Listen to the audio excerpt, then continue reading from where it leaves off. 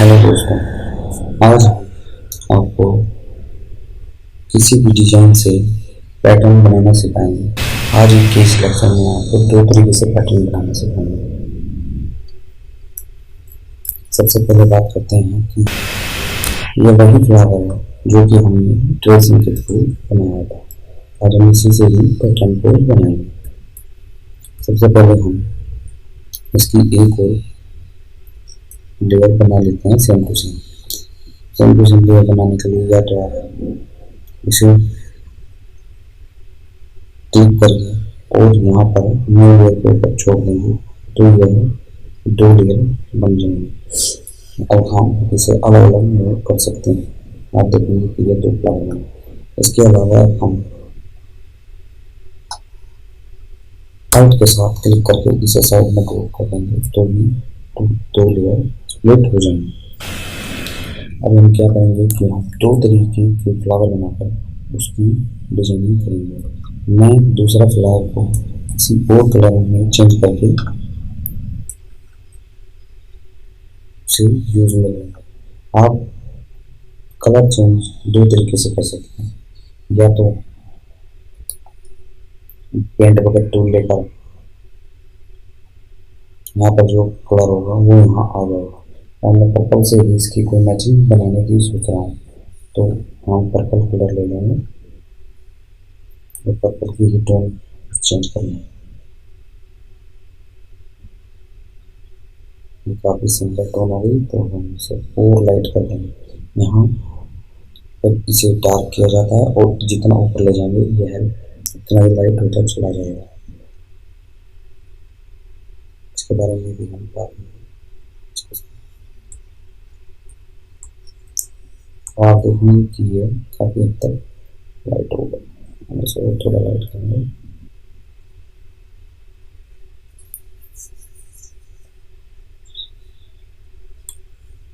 ये दो कलर के फ्लावर से ही एक पैटर्न बनाएंगे।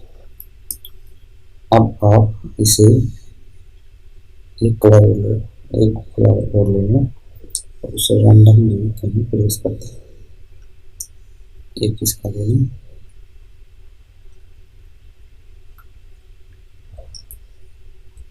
एक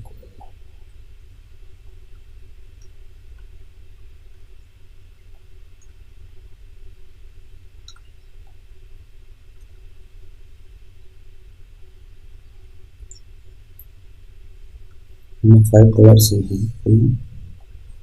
से कोई पैटर्न बनाने की सोच रहा है।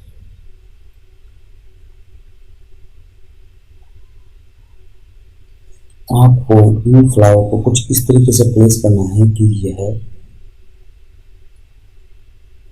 अच्छा लगे, जो कि यहाँ पर जो स्पेस बचा हुआ है वो हर तरीके से बराबर दिखाई दे, ना कि कम या ज़्यादा। और देखेंगे कि यदि हम इन 5 फ्लावर को यूज में लेते हैं तो यहाँ साइड में एक तो लाइन बनी हुई दिखाई देगी। डिजाइनिंग का ये फर्स्ट रूल है कि कहीं भी रिपीट बनाते टाइम या पैटर्न बनाते टाइम कहीं भी लाइन यूज ना दिखाई दे।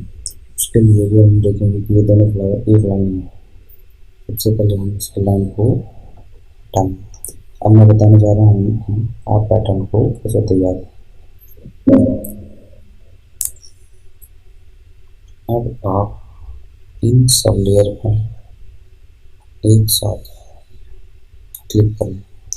यदि आपके पास मल्टीपल लेयर हैं और आप मर्ज करना चाहते हैं तो आप सबसे पहले फर्स्ट लेयर पर लेंगे और उसके बाद लास्ट लेयर पर क्लिक करने से पहले शिफ्ट को क्लिक करें तो ये सारी लेयर एक साथ सिलेक्ट हो जाएंगी। अब साइड में का बटन दबाकर मर्ज लेयर पर क्लिक करें। अब यह एक लेयर बन गई। अब हम यहाँ के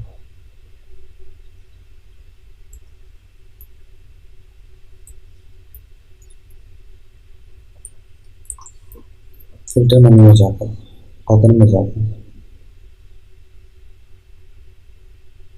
ऑफसेट को यूज में लें। ऑफसेट होता क्या है? यह एक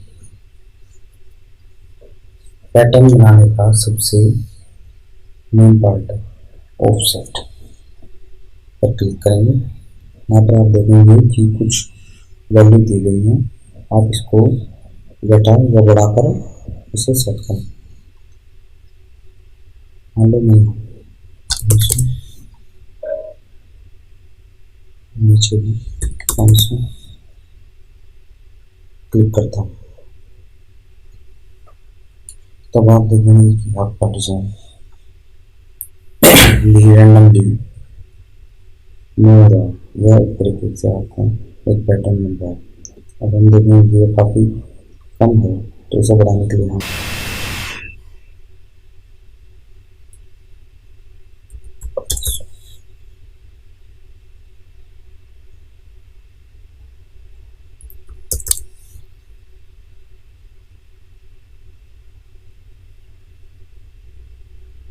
इतना करने के बाद आप इसे ओके प्रेस करें।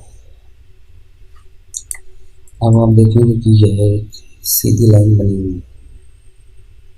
इसको हटाने के लिए अब हम यहाँ से यह लासो टूल लेंगे और इसके आउटलाइन पर क्लिक कर दें। ध्यान रहे कि यह दूसरे टूल से टकराए और ना ही इसको क्लिक कर लेंगे। क्लिक करने के बाद एक सिलेक्शन बन जाता है। अब हम इसे लेंगे और हम इसे टूल को कहीं भी मूव कर सकते हैं।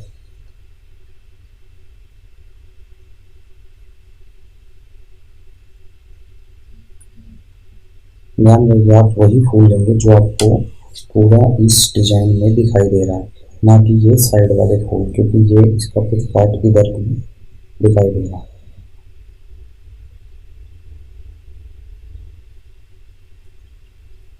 अब कंट्रोल डी के साथ हम सिलेक्शन को हटा देंगे। अब हम इस फूल को सिलेक्ट करेंगे। दिया फूल अब इसके काफी नजदीक आ गया, इसका डिफरेंस बराबर नहीं रहा। इसे हम थोड़ा ऊपर मूव करेंगे।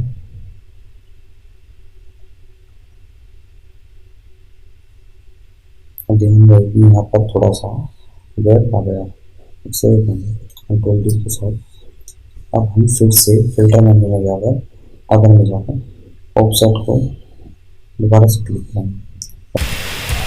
आप इसके वैल्यू माइनस में भी ले सकते हैं।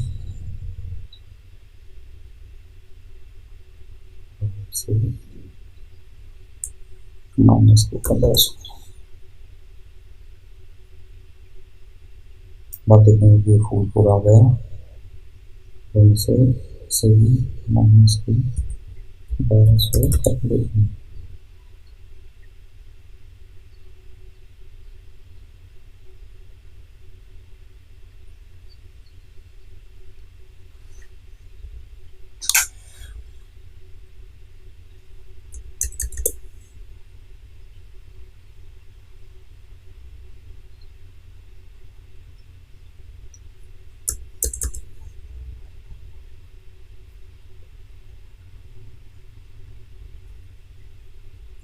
ओके प्रेस करेंगे।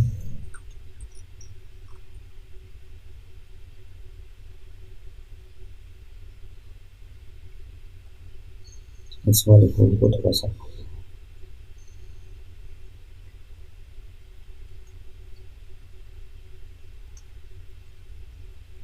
साइड में और इस वाले फूल को थोड़ा सा ध्यान रहे कि ये यहाँ पर क्लिक हो रहा है, तो इसे दोबारा से शिफ्ट करेंगे बड़े ही ध्यान से।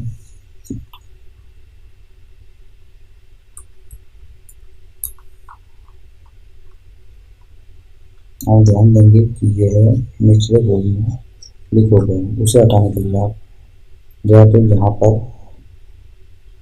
ये सिलेक्शन करने का ये बटन बनाएंगे। अदरवाइज आप अल्ट को दबाएंगे तो यहाँ पर एक माइनस का कर्सर दिखाने लगा, तो अपने इसे जहाँ से हटाना चाहते हैं वहाँ से क्लिक करके वहीं पर लाकर छोड़ देंगे, जिससे ये सिलेक्शन ऐसे हट जाए। इसे थोड़ा सा नहीं करेंगे, यहाँ पर कुछ गैप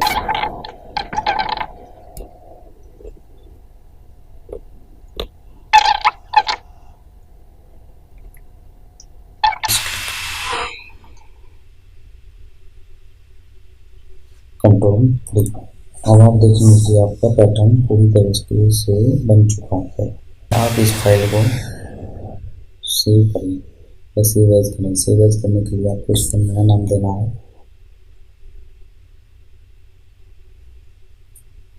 अब इसको डिजाइन 1 2 ना देकर हम इसे बनाएंगे फ्लावर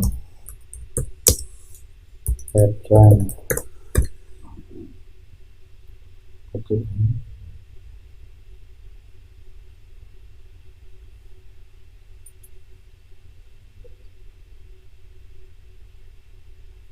अब हमारा एक पैटर्न बन चुका है। अब हम इसे देखेंगे कि यह किस तरीके से दिखाई दे रहा है, कि कहीं लाइन तो नहीं दिखाई दे रही है।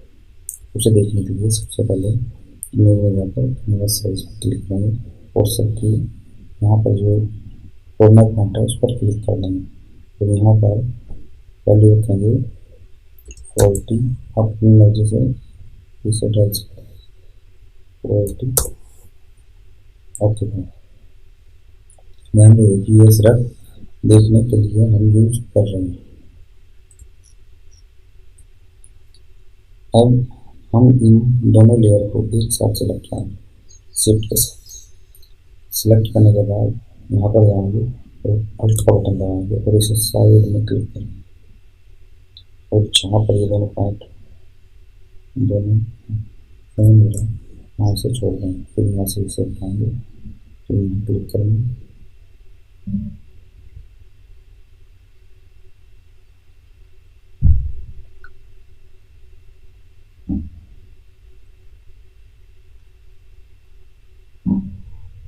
अब आप देखेंगे कि आपका पैटर्न काफ़ी अच्छे तरीके से